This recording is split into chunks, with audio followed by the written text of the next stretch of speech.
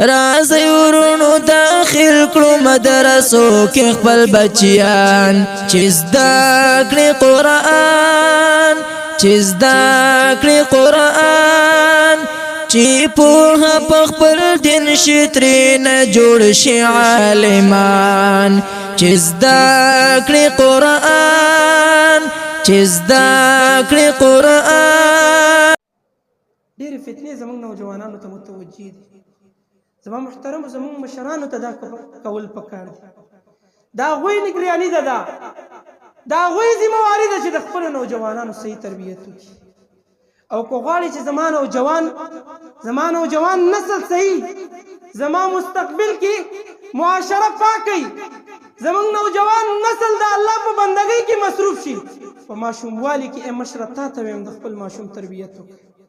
دا که نن ماشوم دی سبا نوجوان دی، دا که نن ورکوټ دی سبا غټیږي. دا موقع ته الله د تربیت درکړې ده، په دغه وخت کې د تربیت وکړه. موږ او تاسو که د دې خپلې زندګۍ او د دې معاشرې موازنه د صحابه او د زندګۍ او د معاشرې سره وکړو، نو فرق به درته ډېر زر محسوس شي. ما 3 مراحل د ژوندګانو تاسو ته ذکر کړل. یو مرحله د ماشومتوبي، فرق دا دی چې صحابه به په دغه مرحله کې د هغوی مشرانو به د ماشومانو تربیت کو. زمونږ او ستاسو په دې معاشره کې کیفیت دا دی چې مونږ او تاسو د ماشومانو د تربیت نه نه خبر، بلکې څه وایو چې دا خو ماشوم دی، په ده د الله اسره نشته، پرېږده په ده باندې دغه وخت کې څه کې چې غټ شي پوه به شي که نه. صحابه کرامو به په دغه وخت کې د ماشومانو تربیت. امام بخاري رحمه الله په صحیح بخاري کې د عمر بن ابي سلمه رضی الله تعالی عنہ واقعه راوړې ده. ورکوټه ماشوم دی، یو ورکوټه صحابي دی چې د عمر څخه تقریبا 6 کال راتلل.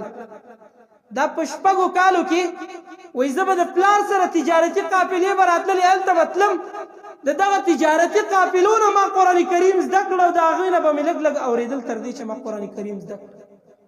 فرق دا دی چې هغوی به د ماشومانو تربیت کوي. ما او تاسو یو پرېږده په دې باندې د الله اسره نشته، نو زموږ اسره به پسې.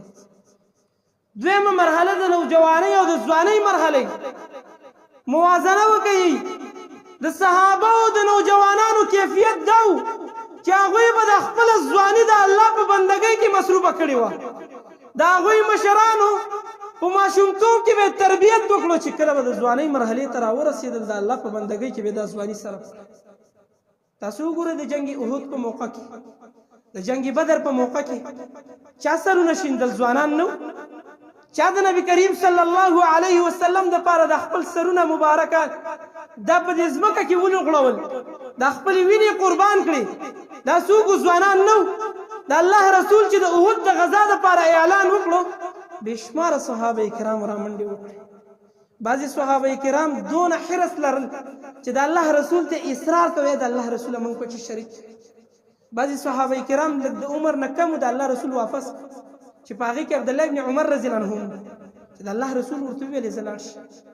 او زمونږ او ستاسو نوجوانان ای زما محترم موازنه وکړئ د دې خپلې معاشرې. زمونږ نوجوانان د کرکټ په میدانونو کې د ټولو نه مخکې دي. زمونږ نوجوانان د دې نیټ په ذریعې سره په فحاشۍ کې د ټولو نه مخکې دي. د صحابه کرامو نوجوانان به په عبادتونو کې د ټولو نه مخکې کوي خدمت قرآن او د سنت، ځوانان د سلفیات بیانوي ښکلی حق او حقیقت. ځوانان د سلفیات بیانوي ښکلی حق او حقیقت. ځوانان د سلفیات